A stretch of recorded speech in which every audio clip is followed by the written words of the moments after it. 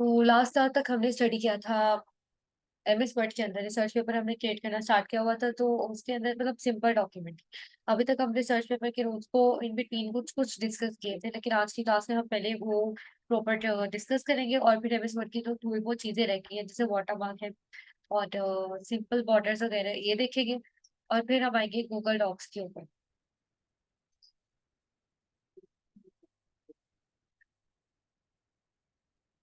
तो 8 लेक्चर्स हैं ये। मतलब आपका अगर देखे ना तो 8 घंटे का ये कोर्स है।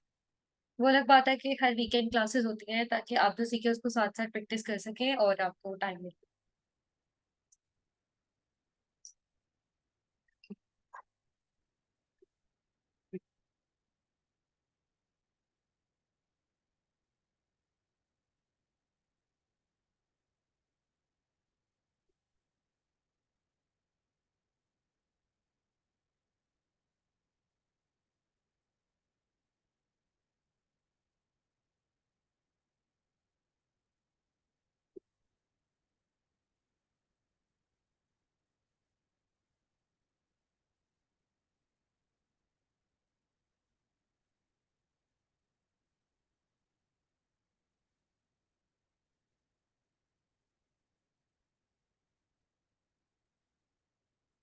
चलिए ठीक है। और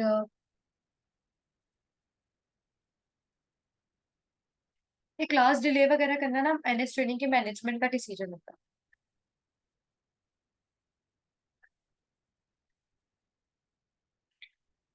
वरना हमारे लिए तो फिक्स टाइमिंग होती है। अच्छा, तो रिसर्च पेपर के कुछ ना रूल्स होते हैं फॉर्मेटिंग के, कि क्या चीज आपने पहले प्रेजेंट करनी है और क्या चीज आपने बाद में प्रेजेंट करनी है। जैसे कि अभी आप सबसे पहले जैसे कि आप सबसे पहले जो है वो यहाँ पर टॉपिक मेंशन करते हैं, कि आप जिस टॉपिक के ऊपर अपनी रिसर्च क्रिएट कर रहे हैं वो टाइटल क्या है, वो टॉपिक क्या है, ठीक है। फिर आप अपना नेम और एड्रेस वगैरह मेंशन करते हैं। और ये सब कुछ जो है वो हम कवर पेज में ही इंक्लूड कर देते हैं, मतलब जो आपका टॉपिक है और आपका नेम वगैरह। मतलब एड्रेस तो ऑप्शनल चीज है, वो चाहे आप इंक्लूड करें अपना और चाहे तो ना करें, डालते भी नहीं है हम। ठीक है, तो ये चीज ऑप्शनल होती है। और ये हम डाल देते हैं टाइटल पेज में। अब रिसर्च पेपर के ना कुछ रूल्स होते हैं, जिस तरह के अब इसके स्टाइल्स है एपीए और एमएलए। अब अगर आपको कोई कहता है कि मुझे रिसर्च पेपर क्रिएट करके दो, और वो नहीं स्पेसिफाई करता कि कौन से उसको स्टाइल के ऊपर चाहिए, तो आपकी मर्जी, आप जो मर्जी फॉलो कर दे। आप एपीए के ऊपर जो है वो उसको रिसर्च पेपर क्रिएट करके दे देंगे, मतलब एपीए को रूल्स को फॉलो करके। लेकिन अगर आपको कोई स्पेसिफाई कर देता है कि मुझे इस स्टाइल का रिसर्च पेपर चाहिए, मतलब मुझे एमएलए का चाहिए, तो फिर जो वो आपको बताता है स्टाइल, उसी स्टाइल के आपने रूल्स फॉलो करना है। मतलब एपीए के अलग स्टाइल्स है और एमएलए के अलग, ही एपीए के रूल्स है और ये एमएलए स्टाइल के रूल्स। तो पहले हम जो है वो इसके ऑर्डर को डिस्कस करेंगे, कि क्या चीज हम पहले लिखते हैं, क्या चीज हम बाद में लिखते हैं, और फिर हम जो है वो चले ठीक है फिर पढ़ते हैं। अच्छा, तो पहले हम जो है ये डिस्कस करेंगे कि उसको क्या चीज हम पहले लिखते हैं, क्या चीज बाद में, यानी ऑर्डर पहले उसका डिस्कस करेंगे और फिर हम स्टाइल्स की तरफ आते हैं। अच्छा, तो सबसे पहले आपने अपना टॉपिक लिख देना होता है, और नेम और एड्रेस वगैरह ये चीज हम रिसर्च पेपर के टाइटल पेज में ही इंक्लूड कर देते हैं। फिर हम डालते हैं एब्स्ट्रैक्ट की हेडिंग।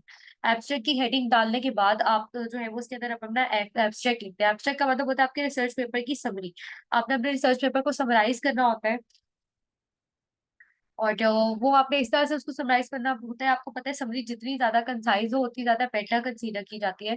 समरी ऐसी होनी चाहिए जो हो भी कंसाइज, और उसके अंदर कीवर्ड्स हो, यानी कि वो आपके रिसर्च पेपर का मेन आइडिया दे रही हो। कोई भी अगर उसको पढ़ लेना कुछ वो 4-5 लाइन्स को, तो उसको आपके पूरे रिसर्च पेपर का मेन आइडिया हो जाए कि आपने क्या चीज डिस्कस किया हुआ है और आपका पॉइंट ऑफ डिस्कशन क्या है, और ये पूरे रिसर्च पेपर। तो एब्स्ट्रैक्ट के अंदर जो है वो आप एक लाइन अपने टॉपिक के ऊपर भी डाल सकते हैं, कि मैंने ये टॉपिक सिलेक्ट किया है और उसमें मैंने जिस चीज को कंसीडर किया है या जो एरिया कवर किया है वो ये है। ठीक है, अब तो एब्स्ट्रैक्ट में आप अपने टॉपिक पे भी ये लाइन डाल सकते हैं, और आप चाहे तो कंक्लूजन की भी बस एक लाइन डाल दें कि फाइनली आपका रिजल्ट क्या था, क्योंकि एब्स्ट्रैक्ट में होता है समरी। और समरी होता है शुरू से लेके आखिर तक की सारी चीजों को आपने समराइज करना होता है। तो आप अपनी कंक्लूजन को भी एक वर्ड में समराइज कर देते हैं, मतलब कि आपने उर्दू में खुलासे पढ़े होंगे, इंग्लिश में जो है वो हम समरी जब पॉइंट्स वगैरह की पढ़ते थे तो उसमें भी यही होता था, स्टार्ट से लेके एंड तक के जितने भी सीन्स वगैरह थे हम उस समरी में डिस्क्राइब कर देते थे। तो इसी तरह से आपने अपने रिसर्च पेपर का भी एब्स्ट्रैक्ट बना लेना है और इसको आपने ध्यान से बनाना है, क्योंकि अगर किसी ने भी आपके रिसर्च पेपर को जज करना होता है तो वो फौरन एब्स्ट्रैक्ट को पढ़ता है और उसके अकॉर्डिंग जज करता है कि आपका रिसर्च पेपर कैसे है। मतलब ऐसे नहीं कि एक फॉर्मेलिटी समझ के इसको पूरा नहीं कर देना, आपने इसके ऊपर जो है वो फोकस करके टाइम लगाना है और फिर इसको जो है वो रेडी करना है वेबसाइट को। फिर इंट्रोडक्शन, जो चीज आपको लगती है कि ये इंट्रोडक्शन की बातें हैं और इंट्रोडक्शन में कवर होनी चाहिए, मतलब कि अभी मैंने मेन चीजें डिस्कस करना नहीं शुरू की, ये सारी अब तक इंट्रोडक्शन में आ रही है, तो आप इंट्रोडक्शन की हेडिंग दे और उसके अंदर जो है वो सब कुछ लिख दें। अब तक हमने जो हेडिंग दी थी ना, ये चीजें, इसको आप ना रिसर्च कंसीडर कर सकते हैं कि ये एक रिसर्च, ठीक है। जब आप खुद हेडिंग बनाने बैठते हैं ना तो सबसे पहले आप यहाँ पर बनाते हैं, एक तो नॉर्मल को पहले मॉडिफाई कर लेते हैं।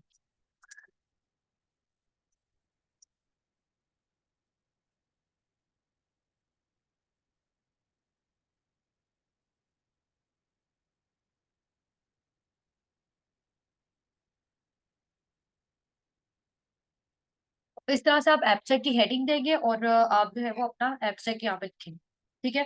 फिर जब आप अपना एब्स्ट्रैक्ट लिख दें और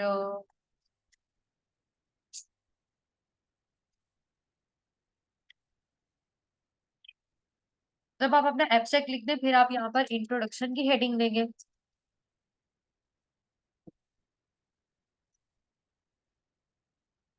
और फिर आप अपना इंट्रोडक्शन डिस्कस करेंगे। तो इस तरह से आपने अपने रिसर्च पेपर को लेके चलना है और ये जो एब्स्ट्रैक्ट और इंट्रोडक्शन वगैरह होंगे इसको आपने बनाना होता है हेडिंग नंबर 1, ठीक है। अभी तक हमने क्या किया था, इस पेपर के अंदर हमने क्या किया था कि जो हमने बैच 61 का डॉक्यूमेंट बनाया था, ये 62 का, तो इसके अंदर हमने क्या किया था कि जो हमारा टाइटल था ना टॉपिक, उसको हमने बनाया था हेडिंग नंबर 1, इसको हमने बना लिया था हेडिंग नंबर 1। और फिर बाकी हमारे लेवल्स ऑफ हेडिंग्स चले थे। जबकि जब आप रिसर्च पेपर क्रिएट करने लगते हैं ना फिर हम क्या करते हैं कि ये जो हेडिंग होती है ना, एब्स्ट्रैक्ट, इंट्रोडक्शन वगैरह, इसको हम बना देते हैं हेडिंग नंबर 1, क्योंकि आपका जो टाइटल होता है ना, ये आपको अलग से मेंशन करने की जरूरत नहीं पड़ती, ये आपके कवर पेज के अंदर कवर हो जाता है। तो ये आपको अलग से मेंशन करके उसको हेडिंग बनाने की जरूरत नहीं पड़ती, क्योंकि ये चीज जो आपकी टाइटल और टॉपिक होता है वो कवर पेज में कवर हो जाता है। तो ये जो मेन हेडिंग्स होती है ना, एब्स्ट्रैक्ट वगैरह, इसको आप बनाते हैं हेडिंग, इसको आप बनाते हैं हेडिंग नंबर 1। और रिसर्च पेपर की सारी हेडिंग जो है वो सेंटर में आनी चाहिए, इसलिए मैंने हर हेडिंग को सिलेक्ट करके कंट्रोल प्रेस कर दिया ताकि वो सेंटर में आ जाए। अच्छा, इंट्रोडक्शन के बाद आप लिटरेचर व्यू और टॉपिक व्यू को डिस्कस करते हैं। अब लिटरेचर व्यू क्या होता है, अगर आप के कोई लिटरेचर के ऊपर रिसर्च पेपर क्रिएट कर रहे हैं तो आप लिटरेचर व्यू उसमें इंक्लूड कर सकते हैं। लिटरेचर रिव्यू के आप के लिटरेचर में वो कौन सा पार्ट है जिसके ऊपर आपने रिसर्च की, ठीक है। और इसके अलावा टॉपिक रिव्यू का क्या मतलब होता है कि अगर आपको कोई ऐसा टॉपिक है जिसको आप डिस्क्राइब करना चाहते हैं अपनी वर्डिंग के अंदर, क्योंकि हो सकता है कभी कभी क्या होता है मिस परसेप्शन क्रिएट कर हो जाती है, मिसअंडरस्टैंडिंग के टॉपिक है, फॉर एग्जाम्पल मेंटल डिसऑर्डर्स। अब उसमें पता नहीं कितने मेंटल डिसऑर्डर्स कवर हो रहे हैं जिसके ऊपर आपने रिसर्च की हुई है, और दुनिया में पता नहीं कितने मेंटल डिसऑर्डर्स हैं जो कि अनडिस्कवर्ड है, जो डिस्कवर्ड है जिनका ट्रीटमेंट जो है वो डिस्क्राइब है, जिनका ट्रीटमेंट डिस्क्राइब नहीं है। तो आपने अपने रिसर्च में किन किन मेंटल डिसऑर्डर्स को डिस्कस की है, तो ये चीज तो रीडर को नहीं पता होगी, तो आप टॉपिक रिव्यू की हेडिंग देके आप ये चीज कवर कर सकते हैं कि आपने जो टॉपिक चूज किया है उसके अंदर क्या क्या जो है उसकी लिमिट्स है और उसके अंदर आपने क्या बातें डिस्कस की। फर्दर मोर कि अगर आपने ऐसा कोई टॉपिक सिलेक्ट किया है जिसमें आपको लगता है कि जो इसकी इंपॉर्टेंस है वो ज्यादा है, मतलब कि आप रीडर को उसकी इंपॉर्टेंस को एम्फेसाइज करवाना चाहते हैं कि मैंने एक यूनिक टॉपिक चूज किया, आप सोचे कि मेरा ये यूनिक टॉपिक है और ये मेरी रिसर्च का प्लस पॉइंट है कि मैंने टॉपिक यूनिक लिया है, लेकिन हो सकता है कि उसको इस चीज का आइडिया ना हो कि मेरा टॉपिक यूनिक है, तो फिर आप टॉपिक रिव्यू के ऊपर एक पैराग्राफ इंक्लूड करें और अपनी टॉपिक की कुछ स्पेशलिटी उसमें डिस्क्राइब करते हैं। तो ये चीज ऑप्शनल होती है, अगर आप चाहें तो इसको स्किप कर सकते हैं, क्योंकि टॉपिक का जो एक लाइन होती है ना कि हमें क्या टॉपिक सिलेक्ट किया है, वो मैंने बताया कि आप एब्स्ट्रैक्ट में ही डाल देते हैं, टॉपिक की एक लाइन डालेंगे, रिसर्च का मेन आइडिया डालेंगे और फिर कंक्लूजन की एक लाइन डालेंगे, ठीक है। तो ये चीज ऑप्शनल होती है, टॉपिक रिव्यू, लिटरेचर रिव्यू, इसको आप स्किप भी कर सकते हैं। फिर आप अपनी रिसर्च इंक्लूड करेंगे, जिस तरह से ये हमने बनाई थी, तो ये हम जो है वो इस तरह से अपनी रिसर्च इंक्लूड कर देंगे। और ये रिसर्च में हेडिंग्स हमने डाल दी थी लेफ्ट लाइन, लेकिन आप जो है वो उसको सेंटर अलाइन करेंगे, सारी हेडिंग्स आपकी सेंटर में आनी चाहिए। और फिर हमने मेथोडोलॉजी और प्रोसेस को रिप्रेजेंट, प्रोसेस के थ्रू अपना फ्लो चार्ट रिप्रेजेंट करता है। मेथोडोलॉजी और प्रोसेस हम कैसे बनाते हैं,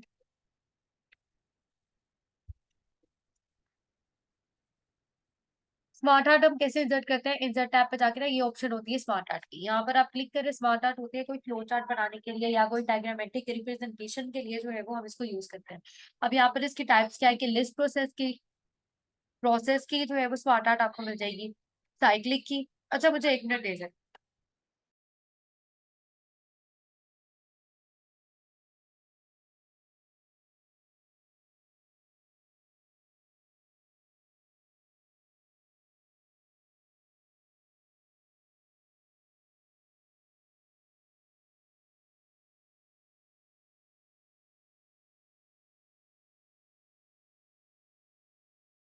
अच्छा ये साइक्लिक प्रोसेस की स्मार्ट आर्ट्स हैं और हायरार्की रिलेशनशिप वगैरह। तो जो भी आपका फ्लो चार्ट बनता है ना रिसर्च पेपर के अकॉर्डिंग, मतलब आपको लगता है कोई साइक्लिक प्रोसेस है या कोई लिस्ट प्रोसेस में आप डिस्क्राइब करना चाहते हैं, तो यहाँ से आप अपनी स्मार्ट आर्ट ले सकते हैं।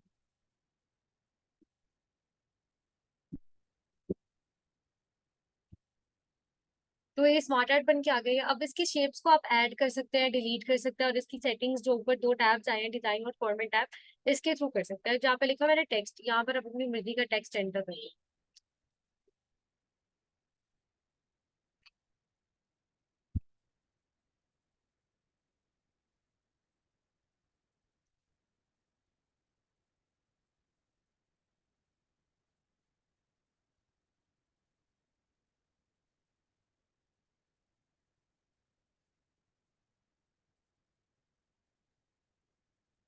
अच्छा आप देख सकते हैं कि जितना मैं लिखती जा रही हूँ उसके अकॉर्डिंग जो मेरा फोंट है वो खुद ब खुद मैनेज होता जा रहा है। तो ऐसा कुछ नहीं है कि आप जो लिखेंगे वो मैनेज नहीं हो पाएगा, वो फिर उसको खुद ही जो है वो मैनेज करवा देगा। और इसके अलावा अगर आपने दूसरी लाइन में मूव करना है तो यहाँ पे कर्सर प्लेस करके एंटर प्रेस करें, और यहाँ पर आप जो है वो दूसरी लाइन में मूव कर सकते हैं। फिर आप जो जो टाइप करते जाएंगे उसके अकॉर्डिंग आपका जो फोंट है और आपकी शेप है वो मैनेज होती रहेगी।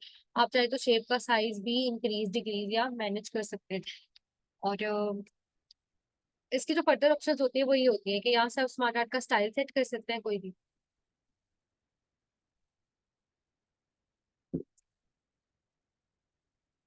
यहाँ से आप इसके कलर सेलेक्ट कर सकते हैं।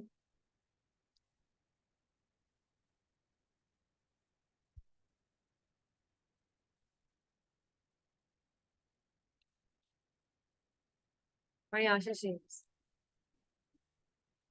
मतलब कि साइक्लिक प्रोसेस की हमने स्मार्ट आर्ट क्रिएट की थी, अगर आप चेंज करना चाहें तो यहाँ से कर सकते हैं। और ऐड शेप, यानी शेप ऐड करने के लिए आप जिस शेप से बिफोर आपने शेप ऐड करनी है उस शेप पे क्लिक करें और यहाँ पे ऐड शेप पे क्लिक करें।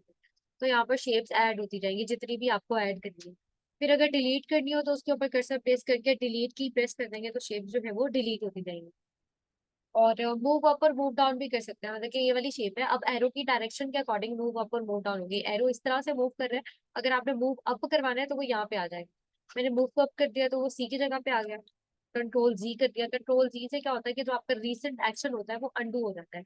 ये ऑप्शन होती है कंट्रोल जी की। और मतलब कि आपने जो रिसेंटली एक्शन परफॉर्म किया है अगर आप उसको रिवर्स करना है, उसको डिलीट करना है, अंडू करना है तो कंट्रोल जी। और अगर डिलीट किए हुए को वापस लेके आना है तो कंट्रोल वाई। और अगर आप कंट्रोल जी प्रेस करते चले जाएंगे तो जो भी आपके रीसेंट एक्शन है वो सारे ही रिवर्स होते चल जाएंगे।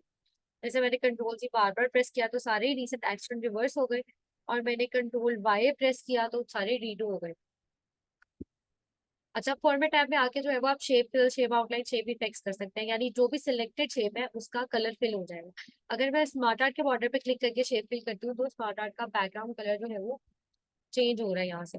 लेकिन अगर मैं किसी एक शेप पे क्लिक करती हूँ और फिर मैंने शेप फिल कर दिया तो वो जो सिलेक्टेड शेप है सिर्फ उसी का कलर चेंज होता है। अब अगर आप सारी शेप्स का कोई एक कलर करना चाहते हैं तो फिर आप क्या करें, कंट्रोल की प्रेस करते हुए शेप्स को सिलेक्ट करें। मतलब कि मैंने एक शेप सिलेक्ट की, फिर कंट्रोल की पर से फिंगर नहीं हटानी और बाकी शेप्स भी सिलेक्ट करने हैं। जैसे कि हम हेडिंग्स को सिलेक्ट करते थे तो यहाँ से आके जो है वो आप इसका कलर डिफाइन करना है। शेप भी चेंज कर सकते हैं, अगर आपको सर्कल शेप नहीं पसंद आ रही तो यहाँ से आप इसको सिलेक्ट करें, चेंज शेप पे जाएं और यहाँ से आप जो है वो इसकी शेप चेंज करते हैं। मैंने कंट्रोल की प्रेस करते हुए बाकी शेप भी सिलेक्ट कर ली है,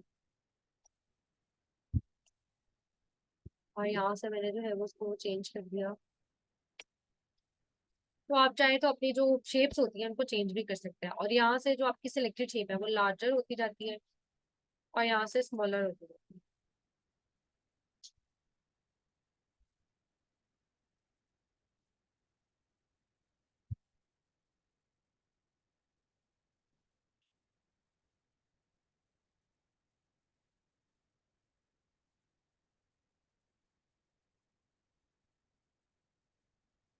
ये टेक्स्ट फील होता है कि आपका जो टेक्स्ट लिखा हुआ है उसका कलर जो है वो उसका कलर क्या होगा। टेक्स्ट का फोन कलर, टेक्स्ट की आउटलाइन इससे लग जाती है और ये टेक्स्ट के ही टेक्स्ट होता है।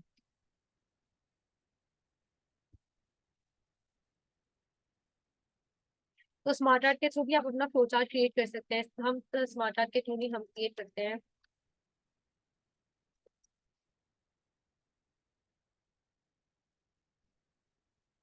इस तरह के फ्लो चार्ट जो है वो हम क्रिएट करते हैं रिसर्च पेपर के लिए, सिंपल। तो इसमें ना कुछ सिंबल्स होते हैं जो यूज होते हैं, और उन सिंबल्स को यूज करने का भी रीजन होते हैं कि कौन सा सिंबल आपने कब यूज करना है।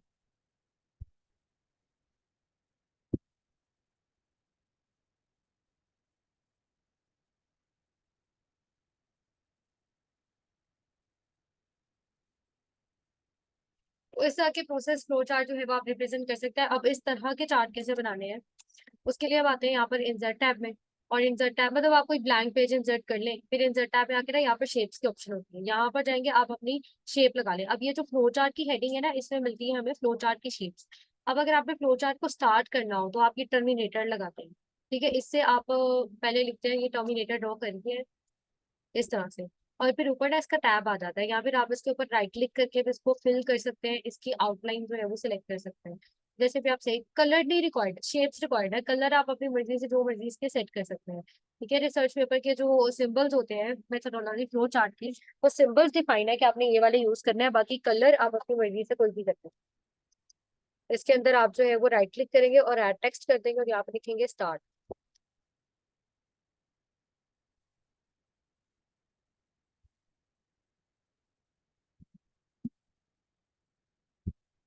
तो ये टर्मिनेटर आपने स्टार्ट में भी लगाना होता है और ये आपने एंड पे भी लगाना होता है। अब जब मैं इसको एंड पे लगाऊंगी, मैंने इसी को कंट्रोल सी किया, कॉपी हो गया, और फिर मैंने इसको एंड पे आके पेस्ट कर देना है सिंपली।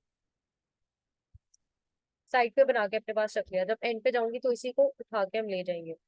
और अब हम जाते हैं दोबारा से इंसर्ट पे और यहाँ पर हम लगाएंगे एंड।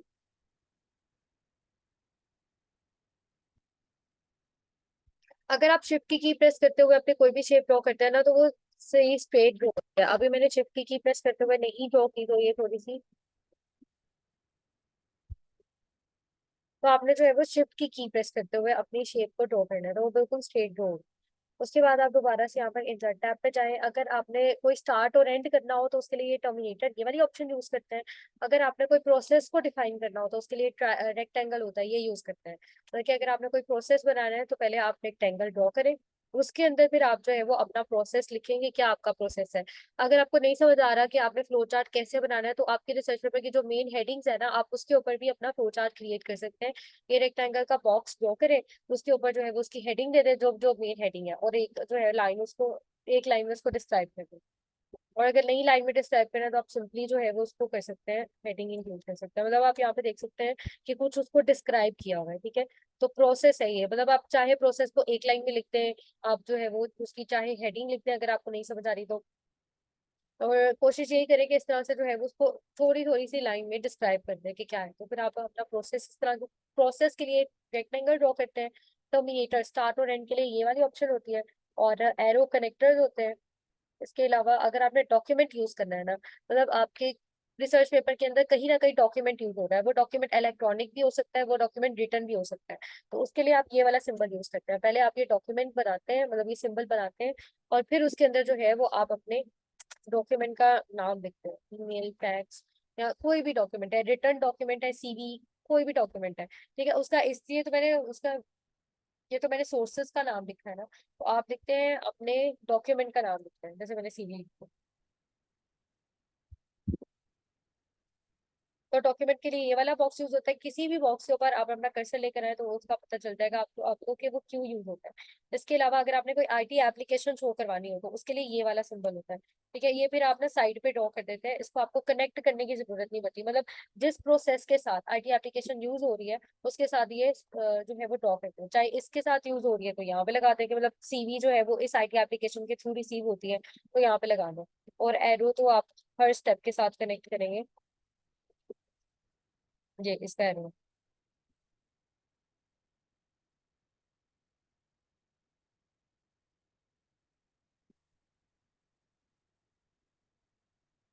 और इसके ऊपर जो है वो उस आईटी एप्लीकेशन का नाम लिखो।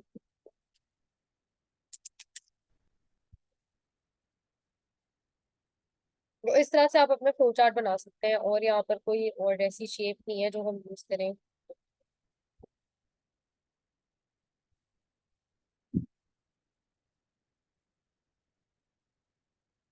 अगर आपने डिले को रिप्रेजेंट कराना हो ना कि इस स्टेप के बाद थोड़ा डिले आता है, मतलब 1-2 दिन का, और फिर उसके बाद नेक्स्ट स्टेप परफॉर्म होता है, तो फिर आप यहाँ पर डिले डाल सकते हैं, इस तरह से डिले डाल सकते हैं।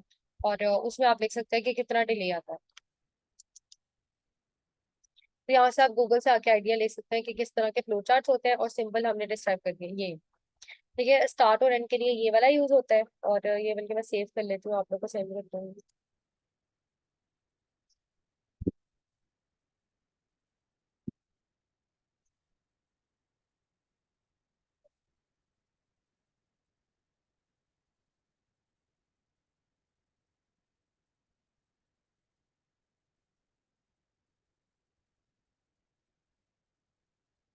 ठीक है, तो ये हम एंड और स्टार्ट के लिए यूज करते हैं, ये कनेक्टर्स होते हैं, और वो चाहे आप दूसरा वाला एरो यूज कर लें, ये वाला यूज कर लें। ठीक है, और प्रोसेस और ऑपरेशन को रिप्रेजेंट करने के लिए ये डिसीजन मेकिंग का होता है, कि अगर आपने कोई भी डिसीजन मेकिंग करनी है ना, selected, not selected, rejected, approved वगैरह, तो पहले आप ये बॉक्स ड्रॉ करते हैं, फिर उसके अंदर अपनी डिसीजन मेकिंग डालते हैं। डिले वेट के लिए होता है डॉक्यूमेंट, ये स्टार्ट और एंड के लिए ना हम ये वाला यूज करते हैं, ये वाला नहीं, इसको इग्नोर नहीं करते।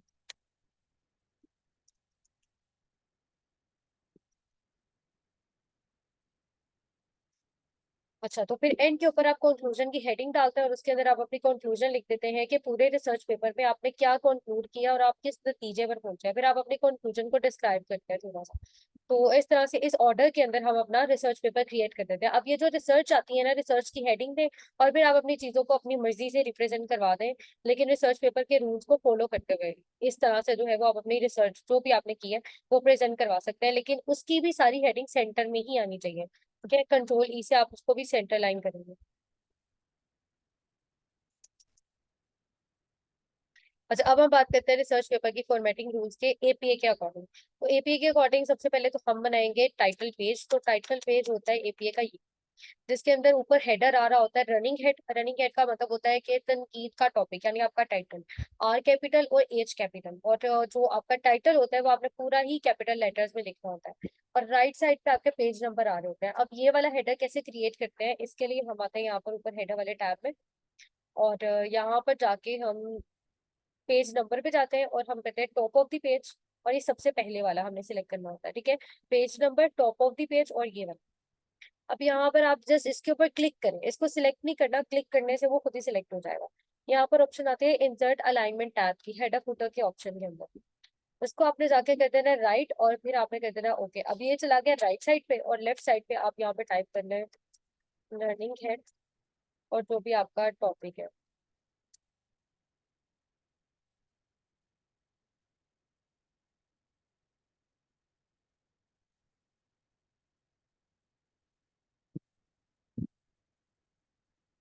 अब इसको जो है ना आपने टाइम्स न्यू रोमन के ऊपर करना है। मैंने इसका अभी नॉर्मल मॉडिफाई नहीं किया था, इस वजह से ये चेंज है, और जो मैंने यहाँ पर सेट किया हुआ है वो चेंज।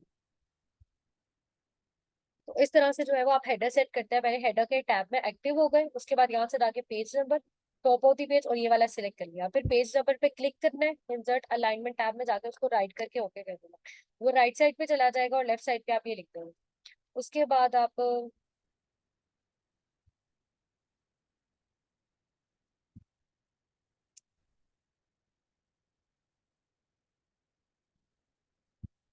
उसके बाद आप आएंगे अपने रिसर्च पेपर के सेंटर में, मतलब कि आपने ये ना सारी चीजें सेंटर तक खत्म कर देनी है। अगर मैं आपको दिखाऊं तो ये बनता है इस तरह से, कि 1/3 से मैंने स्टार्ट किया था पेज के, और ये 5 बातें लिखने के बाद मैंने हाफ पेज तक इसको एंड कर दिया। अब ये 5 बातें आप चाहे कोई कवर पेज यूज कर ले, और उसके अंदर ही ये चीजें लिख सकते हैं। जैसे आपने लिखना क्या है, रिसर्च ड्राइवन क्रिटिक, और इसका मतलब होता है कि आपकी तनकीद का टॉपिक है, वही चीज हमने ऊपर लिखी है हेडर में। हेडर का मतलब होता है कि हर पेज पे आ रही होगी, मतलब ये वाली चीज हर पेज के लिए सेम होगी, और पेज नंबर फिर अपडेट होते जाएंगे, क्योंकि हमने पेज नंबर से ये चीज सेट की थी। और यहाँ पे फिर आप अपना टाइटल लिख देंगे कैपिटल लेटर्स में, अपना नाम लिखेंगे, अपने कॉलेज का नाम या यूनिवर्सिटी का नेम, डिपार्टमेंट का नेम ऑप्शनल है, चाहे तो स्किप करते हैं, प्रोफेसर का नेम, और डेट इस तरह से लिखेंगे कि मंथ पहले कंप्लीट और फिर ईयर। अच्छा, ये जो रिसर्च पेपर की जो भी बातें हम डिस्कस कर रहे हैं, जैसे ये डिस्कस किया उसका फॉर्मेट का, ठीक है, फिर इसका टाइटल पेज, और अभी एमएलए के ऊपर भी आएंगे, तो ये सारा मैं ग्रुप में भी शेयर कर दूंगी आपको।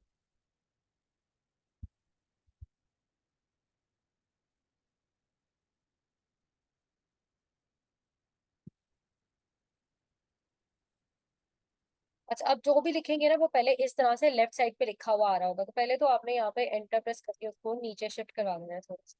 ठीक है, और फिर आपने उसको कंट्रोल ई से कर देना है,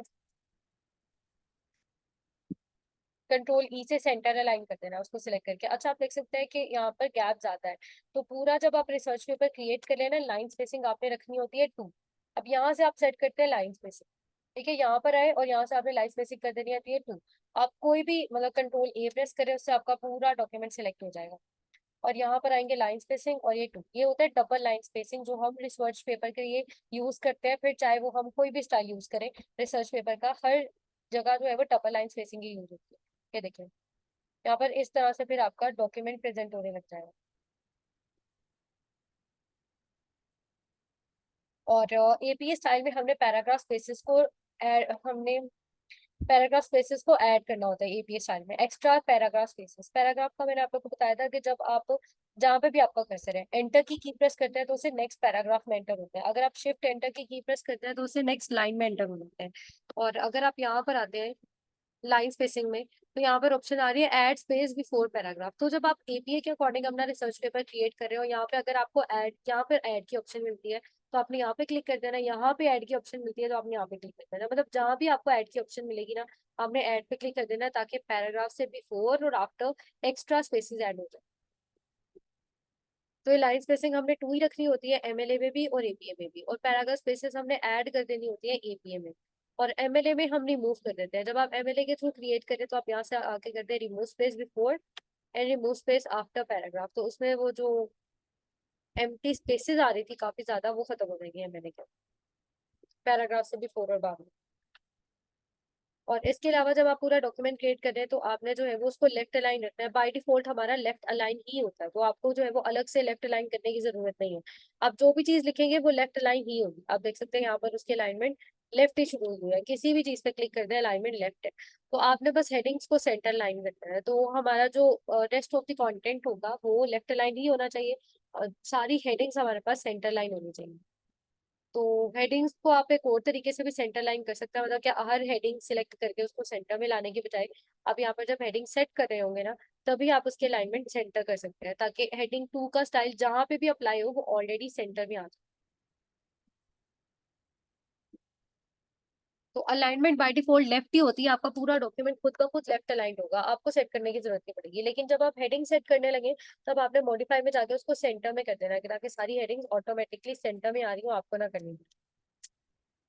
और इसके अलावा इंडेंट होता है 0.5 inch after each paragraph. Indent का क्या मतलब होता है? पैराग्राफ जहां से शुरू होता है वो होता है इंडेंट।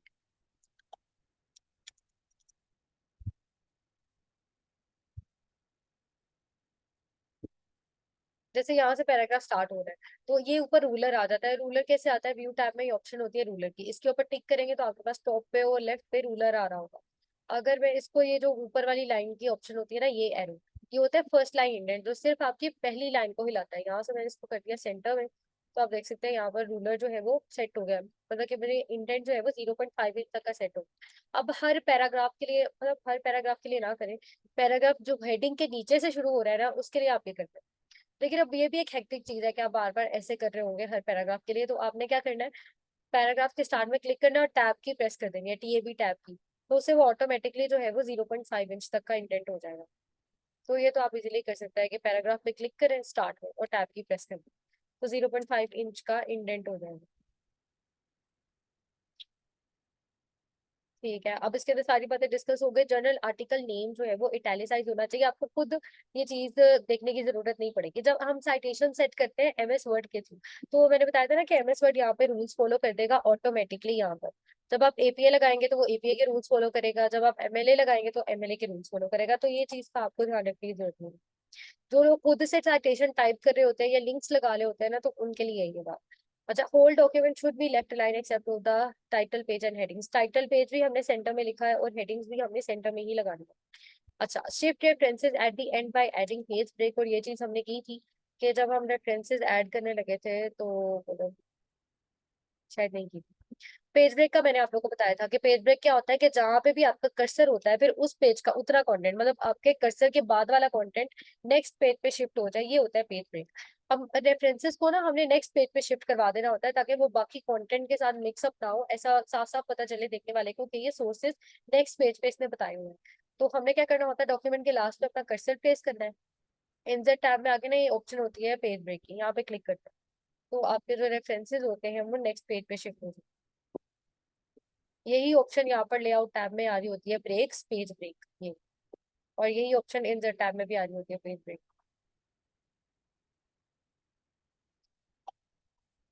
अच्छा, अब बात करते हैं एमएलए की। तो एमएलए के अंदर ना कोई सेपरेट टाइटल पेज नहीं होता। जैसे अभी एपीए के लिए हमने टाइटल पेज देखा है ना, एपीए के लिए ये टाइटल पेज देखा है। तो एमएलए के लिए ना कोई सेपरेट टाइटल पेज नहीं होता। तो यहाँ पर क्वेश्चन ये राइज होता है कि अगर टाइटल पेज ही नहीं है तो फिर हम ये जो चीजें लिखते हैं, टॉपिक और हमारा अपना नाम वगैरह, डेट, वो सब कुछ हम कहाँ पे लिखेंगे? तो वो सब कुछ आप लिखेंगे अपने डॉक्यूमेंट के बिल्कुल स्टार्ट में, यहाँ पे आके। ठीक है। Write your name, instructor name, course name, due date at the top of the page, और at left side below header. इस तरह से हेडर ऐड करने के बाद ना लेफ्ट साइड पे आप ये डाल देंगे, और इसके लिए लाइन स्पेसिंग 2 ही आ रही है आपकी थ्रू आउट द आपका रिसर्च पेपर, लाइन स्पेसिंग आपकी 2 ही रहने वाली है। और ये आपने लेफ्ट साइड पे लिखना है। अपना नेम, इंस्ट्रक्टर का नेम, कोर्स नेम और ड्यू डेट इसी तरह से डालेंगे जिस तरह से यहाँ पे डालेंगे।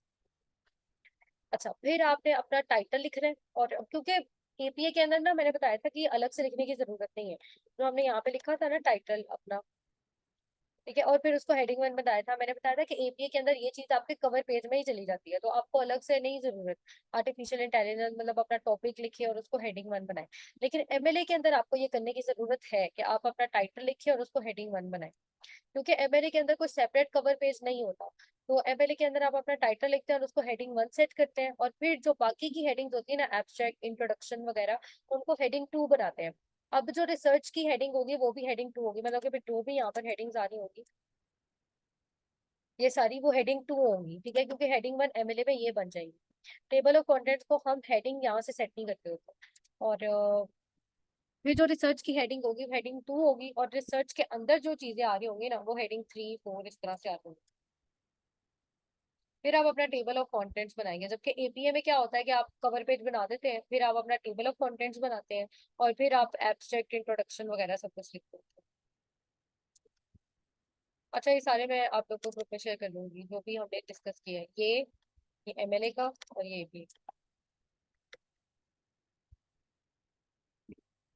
फोंट साइज 12 भी रखना है, और टाइम्स न्यू रोमन जो है वो फोंट स्टाइल रखना है, और पैराग्राफ स्पेसिंग को आपने रिमूव कर देना है, जैसे कि मैंने बताया कंट्रोल ए से पूरा डॉक्यूमेंट सिलेक्ट किया और यहाँ से रिमूव कर दी अगर एमएलए के थ्रू क्रिएट करें, और अगर ऐड की ऑप्शन आ रही है तो एपीए में ऐड कर देंगे। अच्छा, डबल लाइन स्पेसिंग का मतलब यही होता है, लाइन स्पेसिंग यहाँ से सेट करते हैं हम।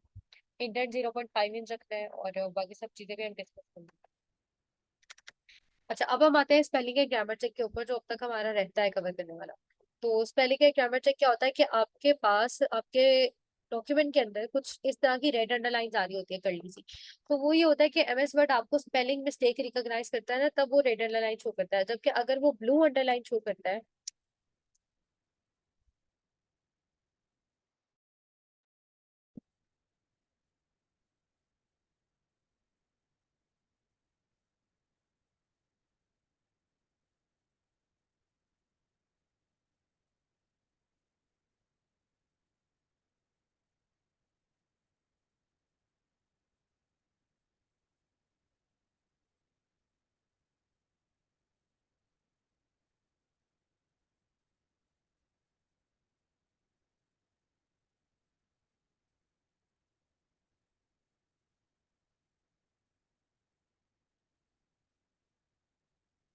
ब्लू अंडरलाइन में कब शो करता है? जब उसको कोई ग्रामर की मिस्टेक मिलती है तब वो ब्लू अंडरलाइन जो है वो शो करता है, ठीक है। तो जैसे कि ये ब्लू अंडरलाइन, इसके ऊपर मैंने राइट क्लिक किया तो वो पूछ रहा है कि सेल्फ अवेयरनेस, ये इस तरह से आना चाहिए। अब ये कोई स्पेलिंग मिस्टेक तो नहीं है, ग्रामर का कोई इशू आ रहा था तो इसलिए उसने ये मुझे शो करवाया है। अगर आपने जो है वो, आपके पास दो ऑप्शन होती है, या तो जो मिस्टेक्स आ रही है उसके ऊपर राइट क्लिक करके उसको डील करते जाए, या तो उसको इसके ऊपर क्लिक करते तो उससे रिप्लेस हो जाएगा। या फिर अगर आप इसको इग्नोर कर देते हैं, उसका मतलब होता है कि जैसा लिखा है वैसे ही लिखा रहने दो और अंडरलाइन रिमूव कर दो। आप जैसे मर्जी यहाँ पे कर लें। और हम क्या करते हैं, हम सिंपली जब पूरा डॉक्यूमेंट क्रिएट कर चुके होता है, फिर हम स्पेलिंग ग्रामर चेक लगाते हैं F7 की प्रेस करके। स्पेलिंग एंड ग्रामर चेक इसका फजूल होता है। और माइक्रोसॉफ्ट ऑफिस 365 का spelling and grammar check enhanced होता है, वो काफी अच्छा होता है। ठीक है, लेकिन अदरवाइज अगर आपने स्पेलिंग एंड ग्रामर चेक लगाना है ना, तो मेरी तरफ से ग्रामरली रिकमेंडेड है, आप वो यूज कर सकते हैं। उसके अंदर टेंस मिस्टेक्स आपको बताई जाती हैं, और जो भी आपके आर्टिकल्स वगैरह की मिस्टेक्स होती हैं, वो वहां पर आपको बता दी जाती है। मतलब कि कोई ऐप नहीं होती, वो आपको यहाँ से गूगल से जाकर ही उसको डाउनलोड करना होता है। तो अगर आपको नहीं लगता कि आपकी कोई टेंस मिस्टेक हो सकती है, और आपने बस ये थोड़ी बहुत स्पेलिंग मिस्टेक्स को ही डील करना है, तो आप एमएस वर्ड के थ्रू कर सकते हैं। बाकी एमएस वर्ड का जो भी लेटेस्ट, एमएस ऑफिस का जो भी लेटेस्ट वर्जन आता जाता है, फिर उसके अंदर स्पेलिंग एंड ग्रामर चेक उतना ही इनहेंस होता है प्रीवियस के अकॉर्डिंग, अगर प्रीवियस से कंपेयर किया जाए तो।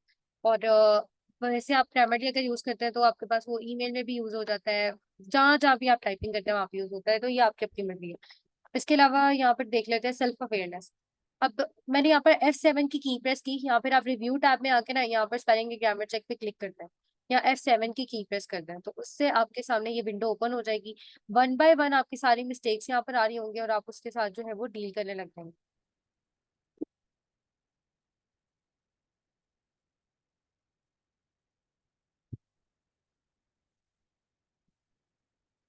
तो आपने ना अपना कर्सर बिल्कुल स्टार्ट में रख देना है, अपने रिसर्च पेपर के सबसे स्टार्ट में। फिर वहां से ऑनवर्ड्स आपका स्पेलिंग एंड ग्रामर चेक शुरू हो जाएगा। अभी सबसे पहली मिस्टेक थी, उसने बता दिया कि या तो ये ऐसे शो होना चाहिए, या तो ऐसे। तो इसको इग्नोर करना है। इग्नोर ऑल का मतलब होता है कि अगर उसको ये वर्ड एक से ज्यादा दफा मिले, तो हर दफा इग्नोर कर दे। और चेंज ऑल का मतलब होता है कि अगर उसको ये वर्ड एक से ज्यादा दफा मिले, तो जिस पे आपने क्लिक किया है ना, जिस सजेशन पे आपने क्लिक करके चेंज ऑल पे क्लिक किया है, फिर उस सजेशन से ये सबको ही रिप्लेस कर दे। Add to MS Word dictionary, ताकि अगर फ्यूचर में आप ये वर्ड यूज करते हैं, तो वो एज ए मिस्टेक दोबारा से इसको रिकॉग्नाइज ना करें।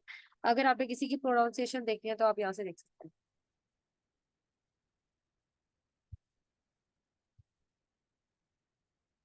अच्छा, हर दफा इसका जो स्पेलिंग ग्रामर चेक होता है, वो सही हमें बात नहीं बताता। मतलब कि आपने ऐसे इसको चेंज चेंज नहीं करते जाना इस पे रिलाय करके। हमें ना कभी कभी ऐसे वर्ड चाहिए होते हैं जो कि हमारे वो उसके अकॉर्डिंग होते हैं, जार्गन के अकॉर्डिंग। यानी कि फील्ड की अपनी लैंग्वेज होती है, हर फील्ड की अपनी लैंग्वेज होती है। अकाउंटेंसी की लैंग्वेज अगर किसी मेडिकल के स्टूडेंट के सामने बोले, तो उसको समझ नहीं आएगी। मेडिकल के कुछ ऐसे टर्म्स होते हैं जो अगर किसी और स्टूडेंट के सामने बोले, तो उसको नहीं समझ आएगी। तो ये फील्ड स्पेसिफिक जो लैंग्वेजेस होती है, उसको बोलते हैं जार्गन। तो हमारे रिसर्च पेपर में कभी ऐसी चीजें भी इन्वॉल्व होती हैं, तो आपने इसके ऊपर रिलाई नहीं करना। आपने हर चीज को चेक करके फिर उसको ओके या चेंज इग्नोर करना।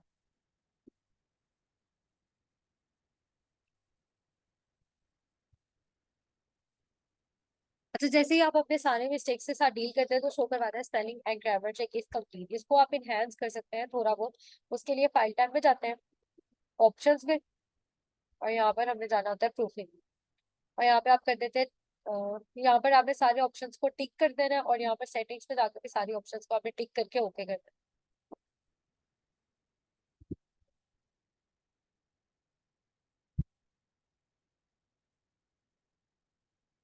तो जितना स्पेलिंग के ग्रामर चेक इसके अंदर वर्ड करता है, उसको आप इनहेंस कर सकते हैं ऑप्शन में जाके, प्रूफिंग में जाके, और यहाँ पर आप जो है ये सारे बॉक्सेस टिक करते हैं, और लास्ट वाला रहने दें।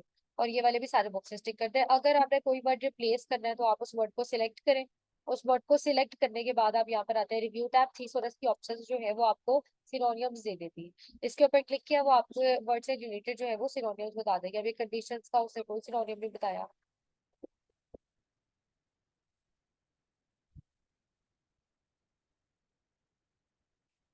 तो आपके जो वर्ड्स होंगे उसके सिनोनिम्स आ जाएंगे। और यहाँ पर आपने ये देखिए, यहाँ पर पेशेंट का इंड्यूरिंग वगैरह जो भी है। अब अगर मुझे किसी से इसको रिप्लेस करना है ना, तो यहाँ पर इसके ड्रॉप डाउन, इस पे क्लिक नहीं आपने करना, इसके ड्रॉप डाउन एरो पे क्लिक करना है, और फिर आप इसको इंसर्ट करते हैं, तो आपका जो वर्ड होगा वो फिर उससे रिप्लेस हो जाएगा। इसी तरह से आप वर्ड काउंट भी करवा सकते हैं। कभी कभी लिमिट होता है ना, कि इतना लिख के दो या इतना करके दो, तो उसके लिए वर्ड काउंट आप देख सकते हैं। यहाँ पर नीचे लिखा हुआ आ रहा है, ये लेफ्ट कॉर्नर के ऊपर इतने वर्ड्स हैं और इतने पेजेस। अगर आप यहाँ पे क्लिक करते हैं ना पेज के ऊपर, तो आपके सामने खुल जाती है नेविगेशन बार। अब इसके अंदर आपकी हेडिंग्स आएंगी सारी। इसके अंदर आपके सारे पेजेस आ सकते हैं। जिस पेज पे जाना हो ना, उस पर स्क्रॉल करें, और उस पेज पे क्लिक करते हैं, आप ऑटोमेटिकली वहां पे चले जाएंगे। इस पे आते हैं रिजल्ट्स। आप यहाँ पर कोई भी चीज सर्च कर सकते हैं, जैसे कि मैंने यहाँ पर आर्टिफिशियल सर्च कर लिया, तो यहाँ पर उससे उसके काफी रिजल्ट्स शो किए हैं, और वो मेरा वर्ड था वो यहाँ पर पूरे डॉक्यूमेंट में हाईलाइट हो गया टेम्परेरी तौर पर। ठीक है, तो वो आप अगर सर्च करना है तो आप ये बॉक्स ओपन करके यहाँ पे सर्च कर सकते हैं, या सिंपली आप कंट्रोल एफ प्रेस करते हैं तो उससे भी आप सर्च कर सकते हैं। कंट्रोल एफ प्रेस करके टाइप करें और सर्च हो जाएगी। तो यहाँ से आप पेजेस देख सकते हैं और बाकी चीजें। वर्ड काउंट के लिए ना, अब ये जो वर्ड काउंट की ऑप्शन होती है, यहाँ पर क्लिक करते हैं या यहाँ पे क्लिक करते हैं, तो आपको पता चल जाएगा कि आपका टोटल कितने वर्ड्स बनते हैं, कितने पेजेस हैं, कितने characters, with spaces, without spaces, lines, paragraphs वगैरह। अच्छा, अगर आपने किसी स्पेसिफिक पेज या पैराग्राफ का देखना हो तो जब आप उसको सिलेक्ट करेंगे ना, उसका यहाँ पे लिखा हुआ आ जाएगा 105 आउट ऑफ इतने वर्ड्स, तो आपको पता चल जाएगा कि आपकी सिलेक्टेड रेंज के कितने वर्ड्स बन।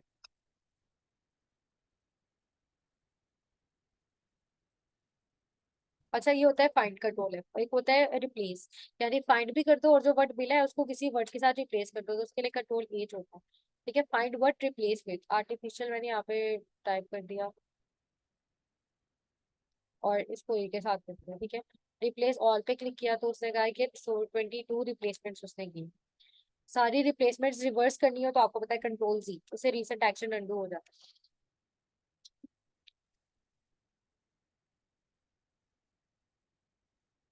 अच्छा, मैं यहाँ से ना, आप पेज कलर खत्म करिए उसका, यहाँ से पेज कलर, इसको मैंने कर दिया नो कलर। अब इसके ऊपर आप वाटरमार्क सेट करते हैं। वाटरमार्क क्या होता है कि कोई भी आपको अक्सर मिले होंगे डॉक्यूमेंट्स, उसमें ना इस तरह से इन बिटवीन मार्क होता है मिड में, तो वो डायगोनली भी लिखा हो सकता है, वो हॉरिजॉन्टली भी लिखा हो सकता है। वो जिसने बनाया है डॉक्यूमेंट, या तो उसका मार्क होता है या किसी इंस्टीट्यूट का मार्क होता है, जिस इंस्टीट्यूट की तरफ से वो आपको प्रोवाइड किया गया, तो ये होता है वाटरमार्क। इसको आप ऐड कर सकते हैं। यहाँ पे कुछ बाय डिफॉल्ट वाटरमार्क्स आ रहे हैं, जैसे मैंने ए सैप का लगा दिया, तो आप देख सकते हैं हर पेज पे मिड पे अब ये ए सैप लिखा हुआ आ रहा है। वाटरमार्क होता है बिहाइंड टेक्स्ट बिहाइंड पिक्चर्स, तो ये आपके पूरे पेज के पीछे छुप जाता है ये। असाइनमेंट नहीं है कोई आज की, असाइनमेंट आपको मिला करेगी संडे को। अब आपकी नेक्स्ट असाइनमेंट होगी पावर पॉइंट की, कल मिलेगी। आज की जो भी सीखा है ना वो आपको प्रैक्टिस करनी है।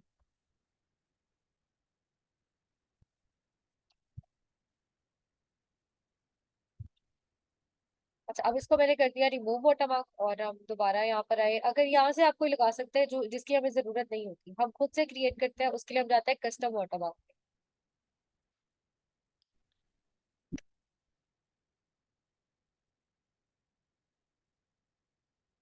कस्टम वाटरमार्क पे जाके ना दो ऑप्शंस होती हैं, टेक्स्ट वाटरमार्क और पिक्चर वाटरमार्क। अगर मुझे टेक्स्ट वाटरमार्क पे जाना है तो मैंने यहाँ पे क्लिक किया, अपना टेक्स्ट टाइप कर दिया जिसका आपने लगाना है वाटरमार्क,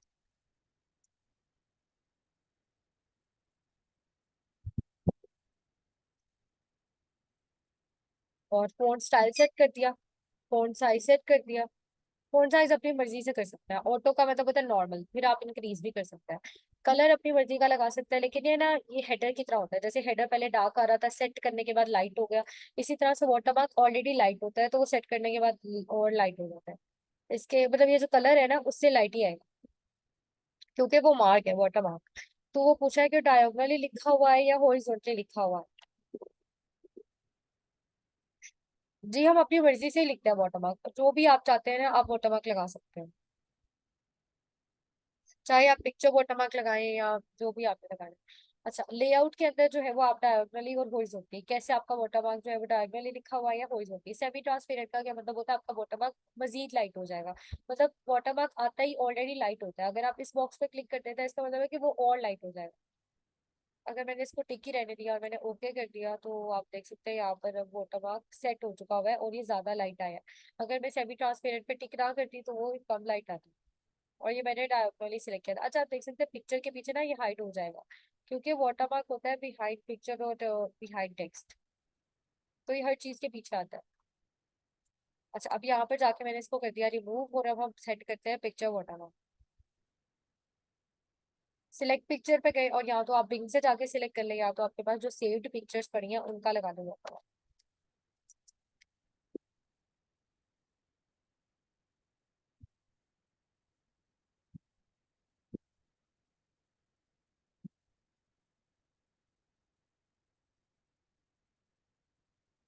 ये देखिए, पिक्चर में भी ना ये ऑप्शन होती है कि अगर आपने उसको ज्यादा लाइट करवाना हो तो वॉश आउट पे क्लिक करते हैं। मैंने क्योंकि वॉश आउट पे क्लिक किया हुआ था, वो ज्यादा लाइट हो। और मैंने इसका वॉश आउट खत्म किया है, मतलब वहां पे लिखा हुआ आ रहा था एग्जिस्टिंग वाटर, मतलब कि जो लिखा हुआ है बस वही लगा रहे, बस मैंने उसका वॉश आउट खत्म कर दिया। अगर आपने साइज भी मैनेज करना है तो आप वापस आके साइज भी मैनेज कर सकते हो, कि जो लगा हुआ है वही लगा रहे और उसका साइज मैनेज हो जाए। अगर आपने खत्म करना है ना तो पहले नो वाटरमार्क करेंगे, मतलब यहाँ से रिमूव करेंगे और आप फिर नया ऐड करेंगे।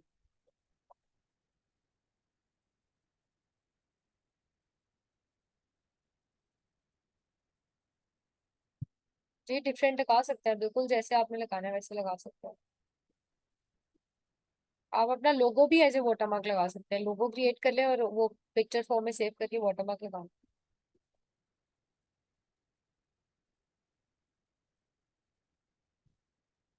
अच्छा अब हम आते हैं गूगल डॉक्स के ऊपर।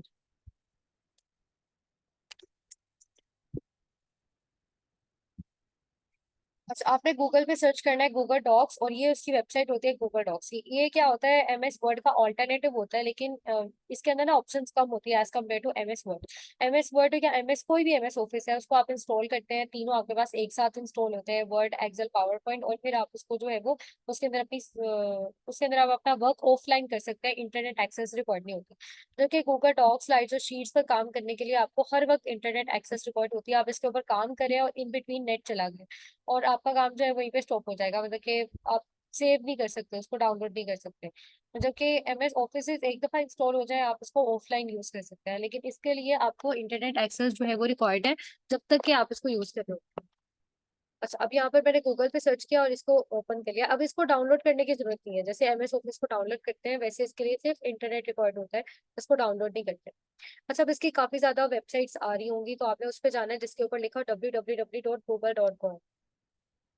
गो टू डॉक्स पे जाएंगे और यहाँ पर ये होता है इसका पेज। यहाँ पर जो रिसेंट डॉक्यूमेंट्स ओपन किए होंगे आपने, मतलब आप फर्स्ट टाइम यूज कर रहे हैं तो यहाँ पे कोई भी नहीं होगा, वो आएंगे। और यहाँ पर अगर आपने इसकी सॉर्टिंग करनी है तो आप कर सकते हैं ओन बाय एनीवन, मतलब आपको किसी ने शेयर किए थे आपकी ड्राइव पे तो वो आपने यहाँ पे ओपन किए थे, तो वो है own by me, not own by me. और इस तरह से कर सकते हैं लास्ट मॉडिफाइड बाय मी वगैरह। और ये है ग्रिड व्यू, कि अभी तो ये लिस्ट वाइज व्यू आ रहा है ना, ये ग्रिड वाइज व्यू आ जाएगा।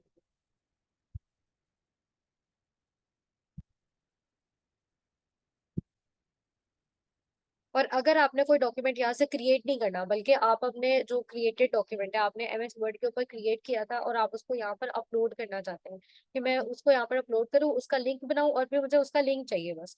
तो उसके लिए हम यहाँ पर, अच्छा लिंक कैसे इंसर्ट करते हैं, किसी भी चीज का लिंक लगाने के लिए ना हम यहाँ पर जाते हैं इंसर्ट, और ये ऑप्शन होती है हाइपर लिंक। हाइपर लिंक का मतलब होता है कि उस लिंक पे क्लिक करने से वो ओपन हो जाता है। तो कंट्रोल की शॉर्टकट की होती है और यहाँ पर आप सिंपली यहाँ पर भी क्लिक कर सकते हैं।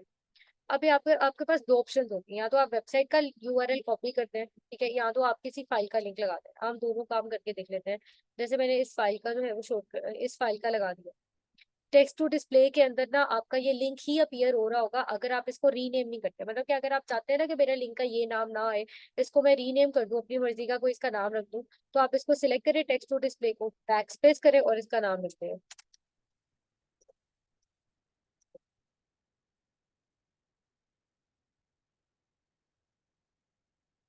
ये मैंने सेट कर दिया, ठीक है। अब मेरे पास यहाँ पर लिंक लग चुका हुआ है एक्सेल शॉर्टकट कीज की फाइल का। अगर मुझे यहाँ पर कंट्रोल प्लस क्लिक मैं करती हूँ यहाँ पे, तो अभी ये मेरे पास जो है वो ओपन हो जाएगी फाइल, ठीक है, ये फाइल मेरे पास अभी यहाँ पर ओपन हो गई। तो इस तरह से लिंक फॉलो होते हैं, और कंट्रोल प्लस सिक्स है और इस तरह से लिंक ऐड होते हैं। अच्छा अब ये फाइल अगर मेरे पास डिलीट हो जाती है या फिर मिसप्लेस हो जाती है, मैं इसको किसी और फोल्डर में शिफ्ट कर देती हूँ, तो यहाँ से इसका लिंक खत्म हो जाएगा।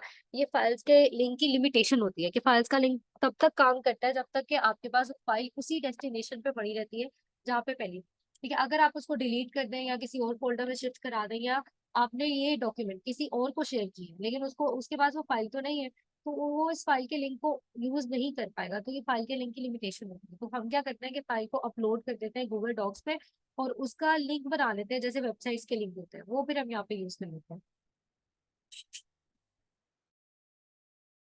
अभी हम सब कुछ प्रैक्टिकली भी करके देखते हैं। अच्छा अब वेबसाइट का लिंक लगा लेते हैं वेबसाइट के लिए।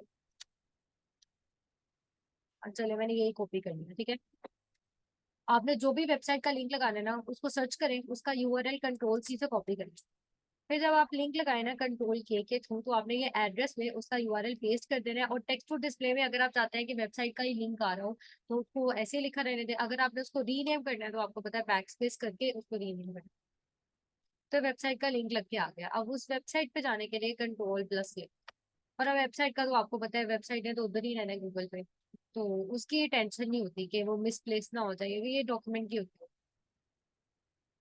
फिर जो आपका बाय डिफॉल्ट ब्राउजर होगा उसके अंदर ये ओपन होगा।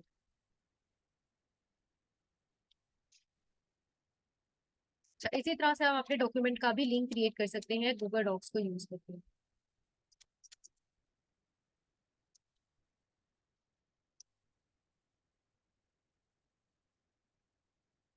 अच्छा, अब अगर मुझे अपलोड करना हो, कोई ब्लैंक डॉक्यूमेंट ओपन करना हो ना, तो हम यहाँ से कर सकते हैं। यहाँ पे क्लिक किया और एक ब्लैंक डॉक्यूमेंट आपके सामने ये ओपन हो जाए। और उसकी सिंपल ऑप्शंस आ रही होती हैं। और size increase decrease, bold, italic, underline, highlight वगैरह। आपको पता है कि बोल्ड से क्या होता है कि वो डार्क हो जाता है, इटैलिक से वो थोड़ा सा स्टाइलिश सा हो जाता है, यूज से underline, text colour, highlight, comment आप लगा सकते, लिंक लगा सकते हैं, अभी जैसे हमने देखा कोई।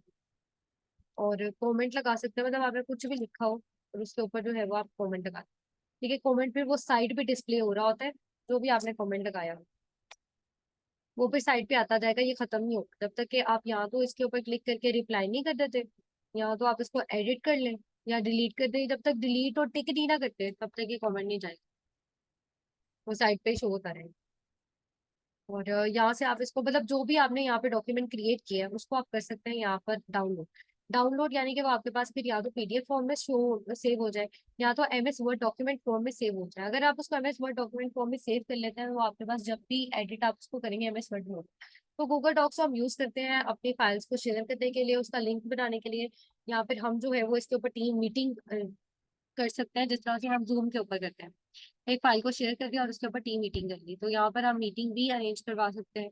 और गूगल डॉक्स में क्या होता है कि अगर आपको कहीं पे इंस्टेंटली कोई भी चीज क्रिएट करनी है, चाहे वो एक्सेल, पावरपॉइंट और वर्ड को यूज करके, लेकिन आपके पास वो उस डिवाइस में नहीं इंस्टॉल, तो आप इंस्टेंटली गूगल डॉक्स स्लाइड्स वगैरह को यूज करके अपना काम कर सकते हैं। या फॉर एग्जाम्पल आपका जो सॉफ्टवेयर है माइक्रोसॉफ्ट ऑफिस, वो हैंग हो ही जा रहा है और आपको नहीं समझ आ रहा कि क्या करें, और आपको जो है वो उस वक्त अपना डॉक्यूमेंट भी चाहिए क्रिएट हो, तो आप गूगल साइड डॉक्स और शीट्स को यूज करके अपना काम कर सकते हैं।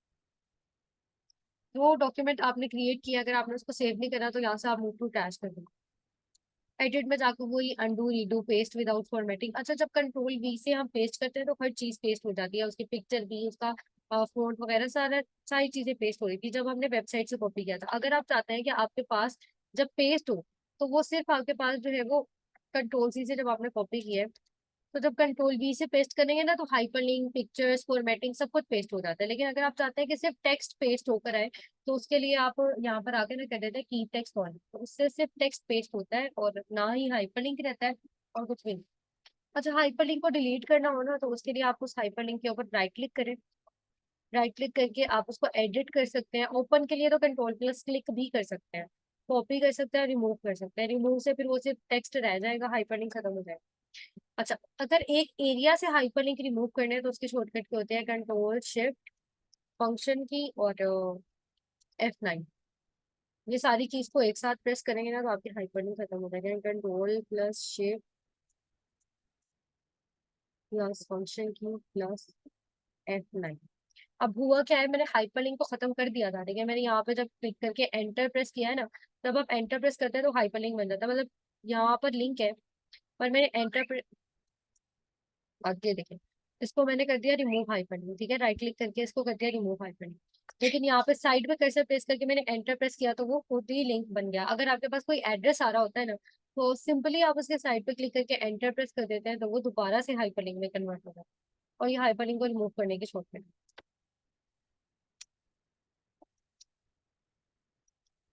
अच्छा, अब इसमें सबसे मजे का टूल कौन सा है? इंसर्ट टैब पे जाके आपको कुछ ऑप्शंस इंसर्ट करने की मिल जाएंगी, जो एमएस वर्ड पे हमने सारी की हुई हैं। और ये लाइन स्पेसिंग वगैरह, अलाइनमेंट्स वगैरह। और सबसे इसका इंटरेस्टिंग टूल कौन सा होता है, वो होता है ये वॉइस टाइपिंग टूल, कि आप अपनी वॉइस के थ्रू टाइपिंग कर सकते हैं। ठीक है, अब यहाँ पर अगर आपने इंग्लिश लैंग्वेज में ही टाइपिंग करनी है, तो मैं पहले इसको बैक स्पेस कर देती हूँ। इंग्लिश लैंग्वेज में ही टाइपिंग करनी है, तो इसके ऊपर क्लिक करें। अब आप जो भी बोलेंगे उसकी यहाँ पर इंग्लिश के अंदर जो है वो टाइपिंग हो रही है, ये देखो। तो ये आप डेटा एंट्री के अंदर भी यूज कर सकते हैं, कि अगर आपने जो भी, लेकिन आप थोड़ा ठहर ठहर के बोलो, थोड़ा आहिस्ता आहिस्ता, ताकि वो उसको पिक करके यहाँ पर सारा कुछ लिख सके। फिर आप उसको सिलेक्ट करेंगे, कंट्रोल सी से कॉपी, एमएस वर्ड में आके सिंपली कंट्रोल वी से पेस्ट। तो इस तरह से आप इसको यूज कर सकते हैं डेटा एंट्री के लिए या फिर वॉइस टाइपिंग के लिए। आप उर्दू में भी इसके अंदर टाइपिंग कर सकते हैं।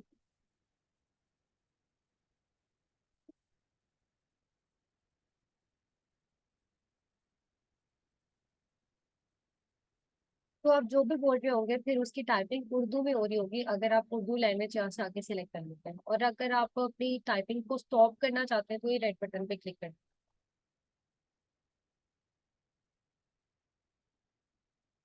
और अगर एमएस वर्ड में उर्दू टाइपिंग करनी होती है तो आपको कीबोर्ड इंस्टॉल करने पड़ते हैं गूगल से जाकर। अच्छा, तो हम बात कर रहे थे कि अगर फाइल अपलोड करनी हो तो आप यहाँ से भी कर सकते हैं, ये ओपन फाइल पिकर पे आके। ठीक है, वो बाहर भी ये ऑप्शन थी ओपन फाइल पिकर की, तो यहाँ पर अपलोड पर आएंगे, ब्राउज पे क्लिक करेंगे, और जो भी फाइल अपलोड करनी थी ना उस पर क्लिक करके ओपन पे क्लिक करना।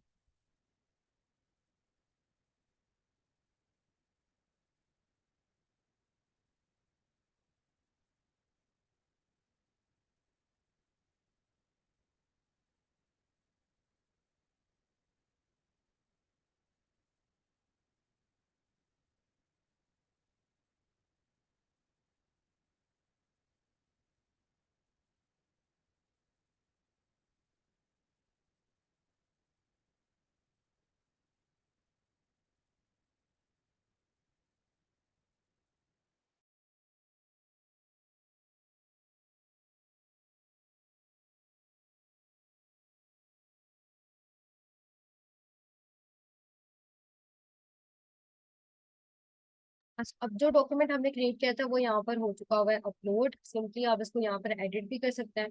अब इसको शेयर कैसे करना है, यहाँ पर शेयर की ऑप्शन आती है, इसके ऊपर क्लिक करें। अब दो ऑप्शन होती है, या तो आप किसी को ईमेल कर दें यहाँ पर, जैसे कि मैंने यहाँ पर अपनी ईमेल टाइप, तो यहाँ पर आप ईमेल ड्राफ्ट कर दें जो भी आपने लिखना है। और आप इसको जो है वो बता दें कि आप जिस पर्सन को ये लिंक जाएगा उसको आपने एडिटर, व्यूअर, कमेंटर में से क्या बनाना। तो यहाँ पे आप इसको सेंड करते हैं। अब जिसको ईमेल चली गई है उसको ईमेल जा चुकी है। अगर आप चाहते हैं कि ईमेल तो चली गई है लेकिन अब मुझे ख्याल आ रहा है कि मैंने एडिटर बना के गलती कर दी और मुझे उसको व्यूअर बनाना चाहिए, तो आप यहाँ से आके जो है वो स्टिल उसको चेंज कर सकते हैं। यहाँ तो आप ओनरशिप ट्रांसफर करते हैं, या फिर उसको एक्सेस ही रिमूव कर दें कि लिंक तो उसको जा चुका है मेल के थ्रू, लेकिन वो लिंक के ऊपर क्लिक करेगा तो एक्सेस रिमूव हो चुकी होगी, वो यहीं ओपन कर पाएगा, व्यूअर या कमेंटर या जो भी आपने करना। तो और ये ऑप्शन होती है पर्सन को ईमेल करने की, तो आप यहाँ से जो है वो ईमेल कर सकते हैं। इसके अलावा ये ऑप्शन होती है restricted anyone with a link, मतलब अगर आपने एक लिंक इसका बनाना हो अपने डॉक्यूमेंट का, तो आप इसको जनरल एक्सेस में आके रिस्ट्रिक्टेड के बजाय कर देते हैं एनीवन विद अ लिंक। यहाँ से आप सिलेक्ट कर लें कि जो भी लिंक को ओपन करे तो उसको आपने एडिटर, व्यूअर या कमेंटर में से क्या बनाना। फिर आप लिंक को कॉपी कर दे और डन कर दे। अब आप इसको कहीं भी पेस्ट कर सकते हैं, चाहे आप मेल के थ्रू भेजें, चाहे आप अपनी गिग पे लगाएं, फाइवर पे लगाएं, मतलब आप एक लिंक बन चुका हो, आप इसको कहीं भी यूज करें। जैसे मैंने आप लोग की चैट बॉक्स में कंट्रोल वी प्रेस किया तो ये लिंक आ।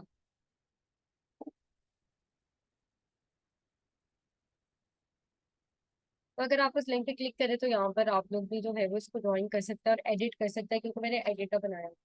तो ये हो गया एमएस वर्ड। अब कल की क्लास से हम एमएस पावर पॉइंट को डिस्कस करेंगे कि उसके अंदर हम प्रेजेंटेशंस कैसे क्रिएट करते हैं, और आपकी नेक्स्ट असाइनमेंट भी उसी की होगी।